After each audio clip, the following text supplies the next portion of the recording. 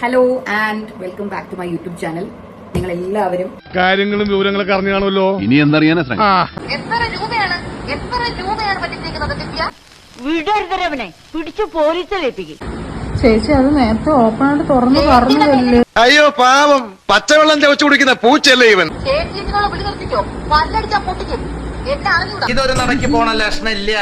ഞാൻ ഇവന്റെ 2 വാങ്ങിച്ചിട്ടേ പോവുള്ളൂ. നിങ്ങൾ സത്യം പറയാലോ, നിങ്ങൾ എന്റെ മാന്യമായ സൈഡ് മാത്രം ഇതുവരെ കണ്ടിട്ടുള്ളൂ. എന്നെ തറയാക്കലടാ മോനെ. എനിക്കൊന്നും കേൾക്കാൻ വയ്യല്ല. സുനിശ്ചിത ഞാൻ പോകുന്നു പറ. എനിക്കിനി ജീവിക്കണ്ട, ഞാൻ എങ്ങനെയുണ്ട്? നന്നായിട്ട് അടിപൊളി. ഞാൻ അറിയാതെ ഓഫീസിൽ നിന്ന് സ്റ്റോക്ക് പോയിരിക്കുകയാണ്. പണിയെടുത്ത് തിന്നണമെന്നൊക്കെ ആഗ്രഹമുണ്ട് സാറേ. പക്ഷെ പറഞ്ഞു പറ്റിച്ച് തിന്നാലേ വായിന്നിറങ്ങുള്ളൂ.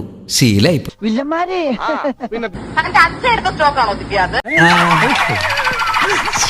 എന്റെ ജീവിതത്തിൽ ഞാൻ ഇങ്ങനെ ചമ്മിട്ടി ഒരു കയ്യബദ്ധം നാറ്റുകരുത്.